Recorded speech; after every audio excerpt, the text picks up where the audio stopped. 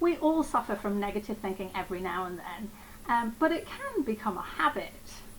So no doubt during lockdown you've had a few negative thoughts, and who wouldn't, right? It was kind of a shock.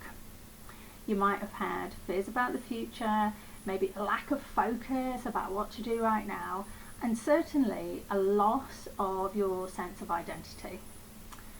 No doubt some or all of these kinds of thoughts have been troubling you and may still be troubling you as we move forward.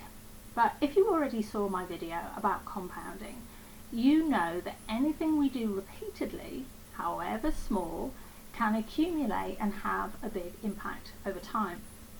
And it's exactly the same with what we think.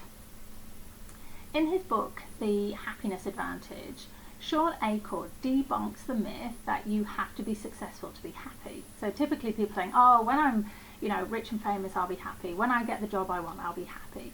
But what he shows scientifically is that happy people are massively more likely to be successful.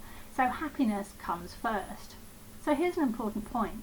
Consider that being unhappy, bored, frustrated in lockdown is diminishing your likelihood of success when you get out.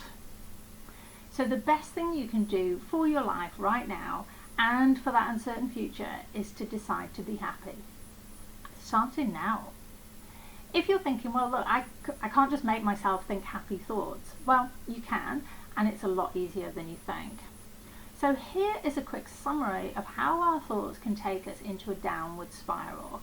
And this is a process that happens thousands of times a day without us really being aware of it. So here's what happens. We have a thought.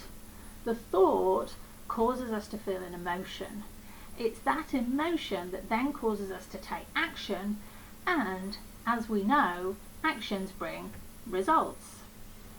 If you're wondering why there's actions to these things, and normally I'm delivering this at a conference and everyone in the room is doing it, so you can do it along with me. But you'll notice that we go through this entire sequence thousands of times a day, and your results get created because of that starting thought. For example, you might think, oh, I'm worried I won't be able to make any money, that the financial crisis will ensue. When you think that, the emotion you feel is anxiety. And when you feel anxious, typically you're unwilling to take action. Maybe you just watch TV. And when you watch TV, the results that you get are none. So I'm going to be doing some more work with you on this in a free, simple online course specifically to help people bounce back better than ever after lockdown. But my challenge for you right now is to catch the thoughts that you're thinking. Write them down if you want to. And tomorrow I'll be sharing why lockdown could be the most extraordinary time of your life.